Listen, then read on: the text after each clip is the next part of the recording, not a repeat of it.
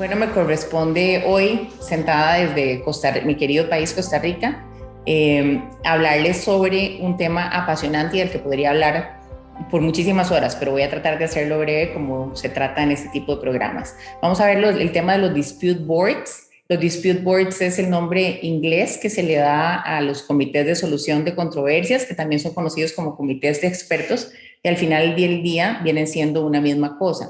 ¿Qué es un dispute board? Al que le podemos decir también un DAB. Bueno, es este comité de expertos que internacionalmente es reconocido como la forma moderna de prevenir y de resolver los problemas, particularmente en los contratos de construcción o ciertos contratos que son de largo plazo. Se trata por lo general de un comité que va a tener uno o va a tener tres expertos que se convierten en el órgano permanente de solución de controversias, pero vamos a ver que también podría no ser permanente, podría ser un órgano ad hoc, y ese órgano permanente típicamente debería establecerse desde el inicio de la ejecución del contrato, que es un contrato, como les dije, de mediano o de largo plazo. El caso común, como dije, es obra de construcción, y lo que va a hacer ese dispute board es ir caminando durante toda la obra de la mano con el constructor, con el ingeniero, con el dueño del proyecto, para que se vayan resolviendo los desacuerdos que surjan durante la ejecución del contrato. De modo que la finalidad es que sea la mínima cantidad de conflictos la que llegue a arbitraje, si es que eventualmente lo hay, o a una corte contenciosa. Démonos un poco de contexto histórico. El Dispute Board creemos que es nuevo, pero en realidad no es una figura nueva. Es una figura que se creó desde los años 70, precisamente con los proyectos de los túneles, como por ejemplo el del túnel Eisenhower. Y aquí en Centroamérica tenemos que el primer Dispute Board internacional fue precisamente para la construcción de la represa del Cajón de Honduras. El Dispute Board como figura está incorporado en el libro rojo de FIDIC, está en los contratos del Banco Mundial, lo tenemos desde el año 2004 y también modernizado en el año 2015 en las reglas de la ICC. El Charter Institute of Arbitrators de Londres también lo tiene regulado desde el año 2014. El Colegio Federado de Ingenieros y Arquitectos lo tiene regulado desde el año 2015. Y en las reglas FIDIC, en los contratos modelos FIDIC, que particularmente me gustan mucho para lo que es ejecución de obra pública, en el año 2017 se agregó a la palabra DAB, que dijimos Dispute Adjudication Board, una A más, que entonces es el DAB, y la A adicional es el avoidance, y el avoidance es la prevención. ¿Qué quiere decir eso? El mensaje que nos está mandando FIDIC con estos contratos es que este comité de expertos tiene ahora la labor no solamente de ir resolviendo los conflictos que puedan ir surgiendo durante la ejecución de la obra, sino que también tiene la función de prevenir los conflictos. Vamos a ver, típicamente un dispute board va a recibir, si es permanente, información sobre la obra de manera regular. Va a recibir los mismos informes que los ingenieros, va a tener acceso al BIM y puede empezar a ver, a oler instintivamente, a sentir cuándo va a surgir un conflicto en la obra y entonces empezar a hacer ciertas preguntas que incluso pueden ser previas a que las partes le traigan al dispute board la solución del conflicto, ¿verdad? O la presentación de un conflicto como tal. El dispute board, si pensamos en su naturaleza jurídica, tenemos que decir que es estrictamente contractual y que es una figura que proviene de la autonomía de la voluntad de las partes, pero que en algunos países, como por ejemplo en el mío, en Costa Rica, a partir de ese año 2022, todas las contrataciones de obra mayor deberán tener un dispute board, porque el Estado consideró que esta figura es tan importante y tan eficiente, ha demostrado ser tan eficiente, que quieren incorporarla en la ejecución de los contratos. Y al hablar de eficiencia, hablemos de antecedentes. Fíjense que en antecedentes nosotros podemos decir que entre el 72 y el 86%, aquí lo tengo, entre el 72 y el 86% de los conflictos son resueltos por el Dispute Board. El espíritu de este comité de expertos es resolver, no suspender, y que sea lo mínimo de conflicto lo que al final pueda ir al proceso contencioso o al arbitraje. Hay países como Estados Unidos donde hay estados donde el Dispute Board es obligatorio, y quisiera darles dos datos. Hubo un 72% de reducción de conflictos en el estado de California y un 85% de reducción de conflictos en la Florida. Y también de un estudio que hice recientemente para una presentación que hice en Uruguay, vimos que históricamente las decisiones sobre controversias que hacen el Dispute Board tienen una tasa de reversión muy baja, que es casi que cercana al cero. Esto también lo ha dicho Fernando Marcondes en varias conferencias y me gusta citarlo y darle el crédito.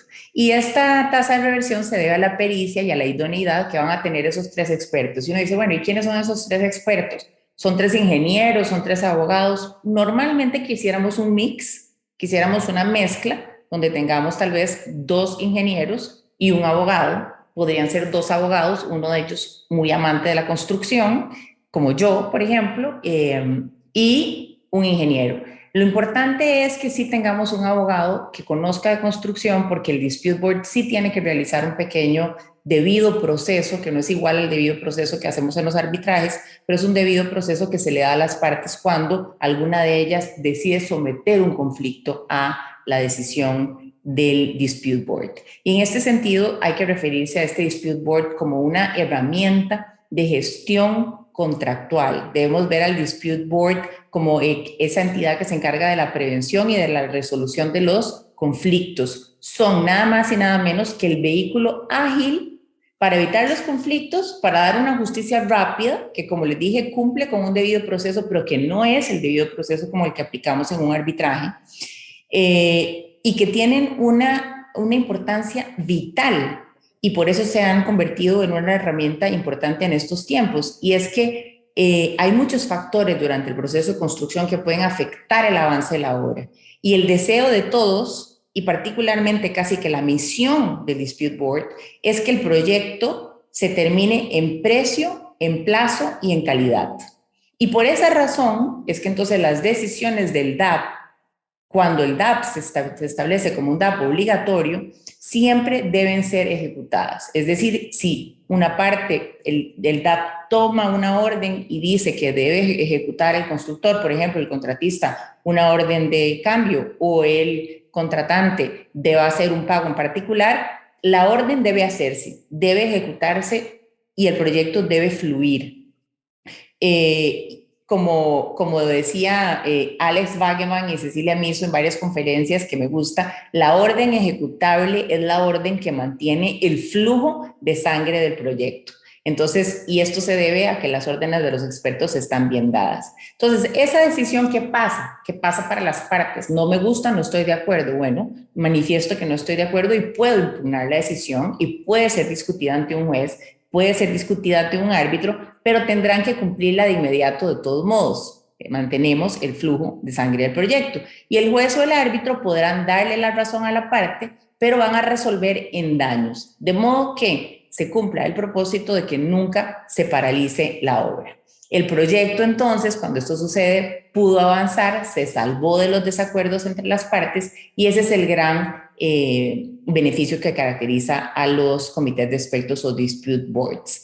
Quería hablarles un momentito del tema, antes de terminar, del ad hoc, y es que el Dispute Board podría no ser un dispute permanente que camina con la obra, sino que es un órgano que lo tengo instalado ahí y cuando surge un conflicto lo llamo y él resuelve. Y los efectos serían los mismos dependiendo de lo que establezca el contrato. ¿Cuál es la diferencia y por qué razón nosotros, particularmente yo, me inclino porque el Dispute Board sea permanente? En el Dispute Board que sea nada más temporal, el que se le llama el ad hoc, no va a tener la posibilidad de prevenir los conflictos de la misma manera que lo tiene el órgano permanente. Y luego la gran interrogante que surge a las partes es, bueno, ¿cuánto va a costar eso al proyecto? ¿Es un costo significativo? ¿Es algo súper importante? ¿Nos va a desbalancear? No, fíjense que no. Ya está demostrado que tenemos un gran ahorro en tiempo, porque el tiempo es dinero, sin lugar a dudas. Está demostrado que la cantidad de conflictos que van a arbitraje disminuyen exponencialmente, pero además está demostrado que dentro del presupuesto general que pueda tener la obra, la labor del Dispute Board viene siendo un porcentaje muy bajo, o sea, el costo del Dispute Board viene siendo un porcentaje muy bajo de la obra en general. Bueno, y con esto espero haberles podido dar una breve caminata sobre la existencia de los Dispute Boards. Queda mucho más por hacer, los invito a capacitarse y le doy las gracias a Arbitrate Talk que me invitó a estar aquí con ustedes. Ha sido un verdadero placer y espero que este vídeo les sea de mucha utilidad. Gracias.